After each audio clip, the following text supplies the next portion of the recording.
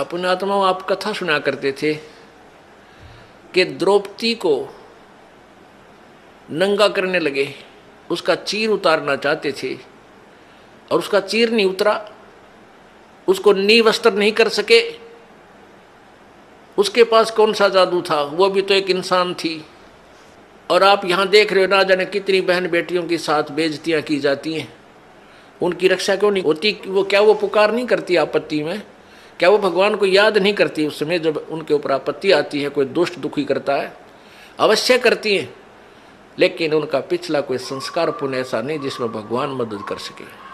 तो ये दुर्गति नकली संतों ने करवा रखी है हमारी, जो जिनके पास भक्ति मार्ग था नहीं, संत बन बैठे, उनके आधार पर ये भोली आत्मा उनको संत परम संत जान के वहां अपना जीवन बर्बाद करके भूत प्रेत बन गए, कोई गधा बन गया। अब ये इस परेशानी को उठा रहे हैं और साथ में और दोषी बन रहे हैं, दूसरों को सता कर ये पाप भूत बनकर भी पाप कमा रहे हैं, दूसरों को दुखी कर रहे हैं।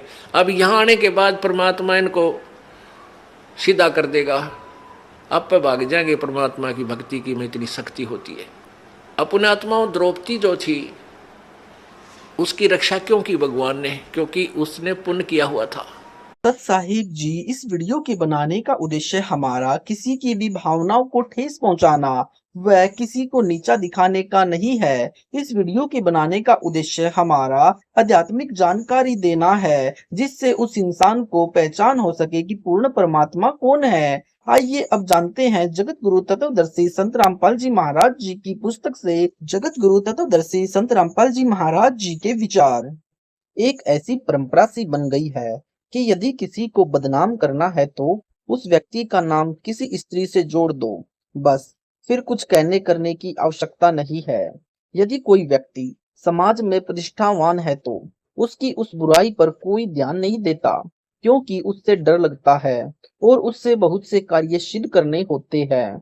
एक बार भारत के प्रधानमंत्री जी श्री अटल बिहारी वाजपेयी जी थे।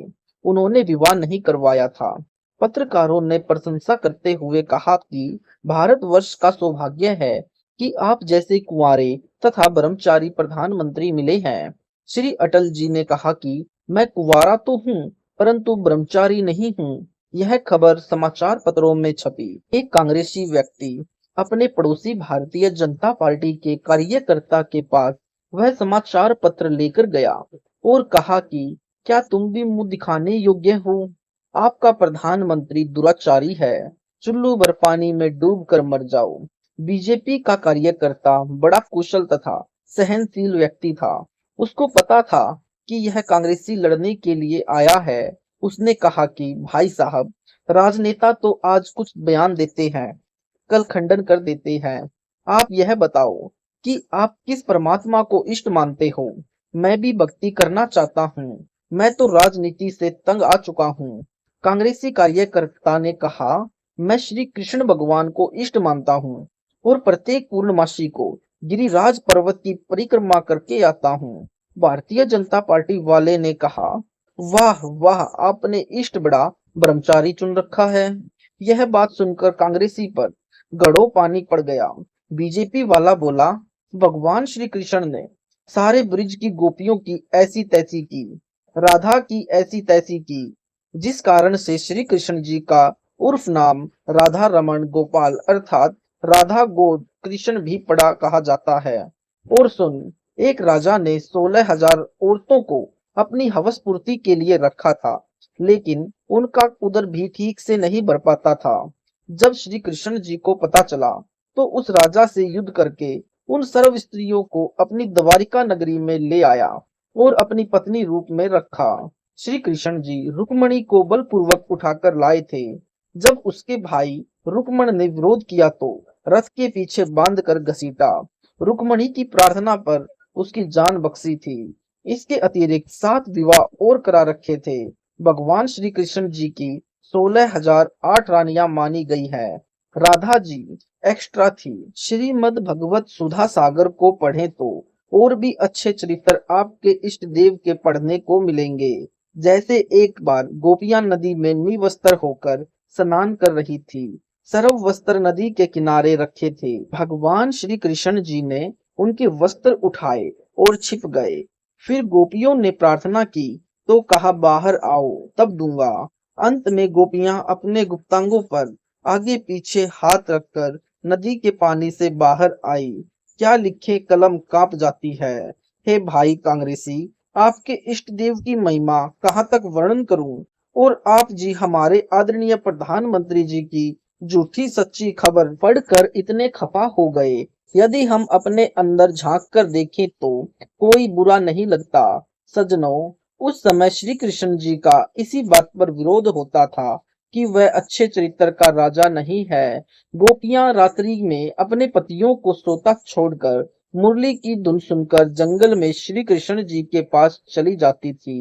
वर्तमान में करोड़ों व्यक्ति उनको प्रभु मानकर पूज रहे हैं। सत साहिब जी, देखा दोस्तों आपने श्री कृष्ण भगवान जी के चरित्र को। वे तो खुद ही चरित्रहीन थे। उनकी भक्ति करने से किसी बहन बेटी की इज्जत बच सकती है? नहीं बच सकती, क्योंकि वे पूर्ण परमात्मा भी नहीं है। क्योंकि इन तीनों देवताओं का विधान है, जैसे कर्म करेगा वैसे फल देगा भगवान। और जो भाग्य में है न तो उससे कम दे सकते हैं न उससे ज्यादा दे सकते हैं। गीता में तो श्री कृष्ण भगवान ने तीनों देवताओं की भक्ति करने से भी मना किया है। अर्थात उस पूर्ण परमात्मा की भक्ति करनी चाहिए जिससे मोक्ष संभव है, क्योंकि वो ही पूर्ण परमात्मा अविनाशी परमात्मा है। वो कभी मरता नहीं है। उस अविनाशी पूर्ण परमात्मा की भक्ति करने से हमारे जीवन में आने वाले कष्ट भी टल जाते हैं, और जो हमारे भाग्य में भी नहीं है वो भी हमें मिलता है। आजकल संसार में कुछ पुरुष और स्त्रियां चरित्रहीन हो चुकी है। अपनी बहन बेटियों की भी रक्षा करना बहुत मुश्किल हो गया है। कुछ खूंखार लोग अपनी बहन बेटियों का भी रेप कर देते हैं। उन्हें बचाने के लिए कोई नहीं आता। कोई भगवान तक उन्हें बचाने के लिए नहीं आता। क्या वे स्त्रियां या महिलाएं बेटियां क्या भगवान को याद नहीं करती होंगी? भगवान को याद करती है। किसी की भी रक्षा नहीं हो पाती, क्योंकि वे पूर्ण परमात्मा की शास्त्रानुकूल भक्ति नहीं कर पाती हैं। इसलिए हमें शास्त्रानुकूल भक्ति करनी चाहिए जिससे हमारे जीवन की रक्षा हो सके। सत साहेब जी, अगर आपको ये वीडियो अच्छा लगा हो तो इस वीडियो को लाइक करें, शेयर करें, कमेंट करें। अगर आप हमारे चैनल पर नए हैं तो हमारे चैनल को सब्सक्राइब करना न भूलें। सत साहेब जी, मिलते हैं अगली वीडियो में।